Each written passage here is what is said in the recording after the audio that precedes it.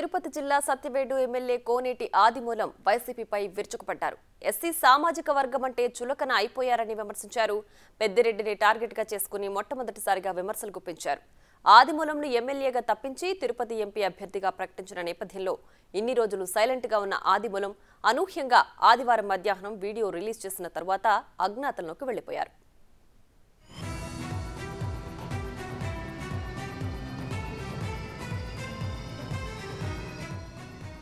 నియోజకవర్గంలో ఏం చేసినా అన్ని పెద్దిరెడ్డికి చెప్పే చేశానని, ఆయన చెప్పిన వారికే పదవులన్నింటినీ ఇచ్చామన్నారు ఆదిమూలం. నారాయణవనం ఎంపీపీగా దివాకర్ రెడ్డి, పిచ్చటూరు ఎంపీపీగా హరిశ్చంద్రారెడ్డి భార్య, నాగలాపురం జెడ్పీటీసీ సభ్యుడిగా మహేష్ రెడ్డిలకు పెద్దిరెడ్డి సూచనల మేరకే పదవులిచ్చినట్లు ఆయన తెలిపారు.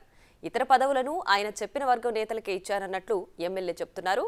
మైనింగ్, పోలీస్ శాఖలో నేరుగా పెద్దిరెడ్డికి చెందిన వారిని నియమించుకున్నారని ఆరోపించారు.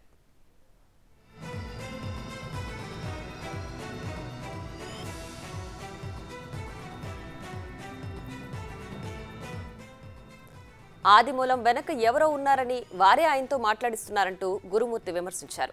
మొత్తం మీద ఇప్పటికే పూతలపట్టి నియోజకవర్గ ఎమ్మెల్యే ఎంఎస్ బాబు మొదటి రోజు విమర్శించి తర్వాత సైలెంట్ అయ్యారు. ఆదిమూలం మాత్రం విమర్శించిన తర్వాత అజ్ఞాతంలోకి వెళ్లిపోయారు. ఇవాళ సత్యవేడు నియోజకవర్గంకి సంబంధించి సమావేశం తిరుపతిలో జరగనుంది. ఈ సమావేశంలో దీనిపైన మాట్లాడే అవకాశం ఉందని పార్టీ శ్రేణులు భావిస్తున్నారు. ఈ నేపథ్యంలో పెద్దిరెడ్డి స్పందన ఎలా ఉంటుందో అనే ఉత్కంఠ నెలకొంది. వైసీపీ అధినేత నా ఎస్సీలు, నా బీసీలు అంటూ జగన్ చేస్తున్న వ్యాఖ్యలకు, ఇలాంటి ఘటనలకు పొంతన ఉండడం లేదని రాజకీయ నిపుణులు అభిప్రాయం వ్యక్తం చేస్తున్నారు.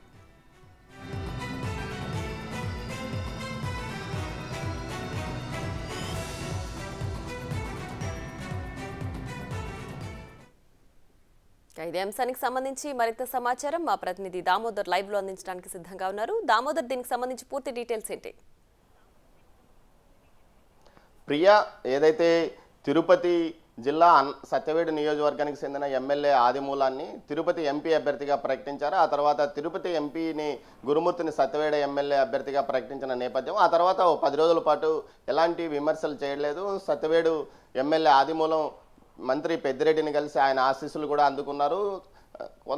నిన్న 3 రోజుల క్రితం అటు ఏదైతే సత్యవేడు నియోజకవర్గంలో జరిగిన ఓ సమావేశంలో నారాయణ స్వామి అనుచరులు గురుమూర్తిని వ్యతిరేకించారు. ఆ తర్వాత తిరుపతిలో ఒక సమావేశం జరిగింది. సత్యవేడు నియోజకవర్గానికి సంబంధించిన నాయకుల సమావేశాన్ని ఏర్పాటు చేశారు. ఈ సమావేశానికి ఎమ్మెల్యే ఆదిమూలం హాజరు కాలేదు. అయితే ఆయన కుమారుడు హాజరయ్యారు. ఆ తర్వాత నిన్న మధ్యాహ్నం ఉన్నట్లుండి ఆదిమూలం ఒక ప్రకటన మీడియా క్లిప్పింగ్ విడుదల చేశారు. ముఖ్యంగా ఏదైతే పెద్దిరెడ్డి చెప్పినట్లు తాను నియోజకవర్గంలో నడుచుకున్నాను, పెద్దిరెడ్డి 33 రోడ్డు వర్కులు తన కాంట్రాక్ట్ సంస్థ ద్వారా నియోజకవర్గంలో చేస్తున్నాడు, గతంలో పెద్దిరెడ్డి పరిస్థితి ఏమిటి, ఇప్పుడు పెద్దిరెడ్డి పరిస్థితి ఏమిటి, ఇంత ఆదాయం ఎలా సంపాదించాడంటూ కూడా ఆయన విమర్శించారు. ఈ నేపథ్యంలో వైకాపాలో ఎస్సీ సామాజిక నియోజకవర్గ ఎమ్మెల్యేలను ఫుట్బాల్ ఆడుకుంటున్నారు, వారికి ప్రాధాన్యత ఇవ్వడం లేదు, వారిని ఇష్టానుసారం మార్చివేస్తున్నారంటూ ఆగ్రహం వ్యక్తం చేశాడు.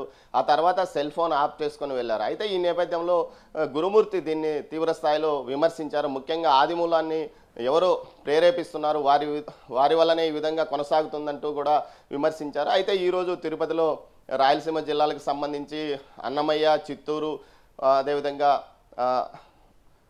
తిరుపతి జిల్లాలకు సంబంధించి ఎమ్మెల్యేలు ఇన్ఛార్జీల సమావేశం ఉంది. ఈ సమావేశంలో ఏదైనా దీనిపైన పెద్దిరెడ్డి మాట్లాడే అవకాశం ఉంది. మరోవైపు ఆదిమూలం తెలుగుదేశం పార్టీ వైపు చూస్తున్నారని ఒక సమాచారం కూడా జరుగుతుంది.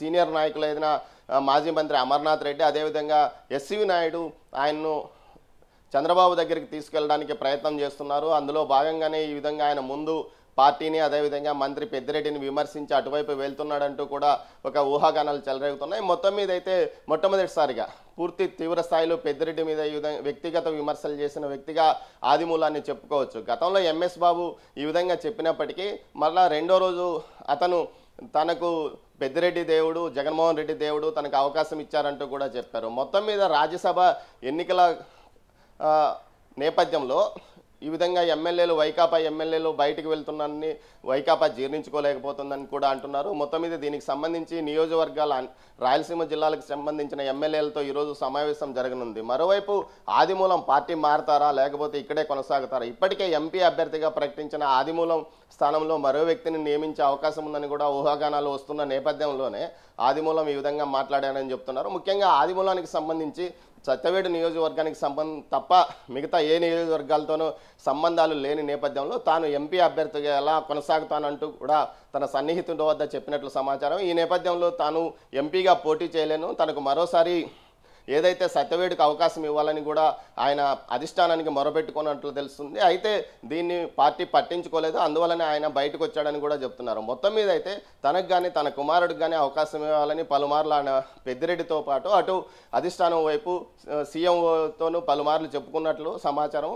కానీ ఈ విషయంలో పార్టీ సీరియస్గానే అతన్ని తొలగించడం వల్లనే ఈ పరిస్థితి తలెత్తిందని చెప్తున్నారు. ముఖ్యంగా మరోవైపు సత్యవేడు నియోజకవర్గం ఏదైతే ఉందో పూర్తి స్థాయిలో అటు తమిళనాడు సరిహద్దుతో ఉండడం వల్ల ఇక్కడ నుంచి మైనింగ్ ఇసుకకు సంబంధించి అక్రమ గ్రావెల్ కానీ మట్టి కానీ ఇక్కడ నుంచి పెద్ద ఎత్తున సరఫరా తమిళనాడుకు అవుతుంది అక్రమంగా. ఈ నేపథ్యంలో పెద్ద ఎత్తున ఆ రెడ్డి సామాజిక వర్గానికి సంబంధించిన నేతలు మాత్రమే ఆయా వర్కులు చేస్తున్నారు, తమలాంటి వారిని ఎవరు పట్టించుకోవడం లేదు. వారు చెప్పినట్లు జరుగుతున్న నేపథ్యంలో తమను అనవసరంగా బలిపశువుని చేస్తున్నారంటూ కూడా ఆయన ఆవేదన వ్యక్తం చేశారు. మొత్తం మీద మొట్టమొదటిసారిగా ఈ విధంగా పెద్దిరెడ్డి మీద వ్యక్తిగత విమర్శలు చేసిన ఎమ్మెల్యేగా ఆదిమూలాన్ని చెప్పవచ్చు. అయితే తర్వాత ఆయన టీడీపీలో చేరడానికి సిద్ధమయ్యే ఈ విధంగా విమర్శలు చేశాడు. గతంలో టీడీపీ జడ్పీటీసీగా నారాయణవనం నుంచి గెలిచిన ఆదిమూలం తిరిగి తన సొంత గూటికి చేరుకుంటున్నాడని కూడా ఒక ప్రచారం జరుగుతుంది. మొత్తం మీద సత్యమూలం ఏదైతే ఆదిమూలం యొక్క వ్యాఖ్యలు మాత్రం సంచలనాత్మకంగా మారాయని చెప్పవచ్చు. Priya. Right Damodar, thanks for the updates.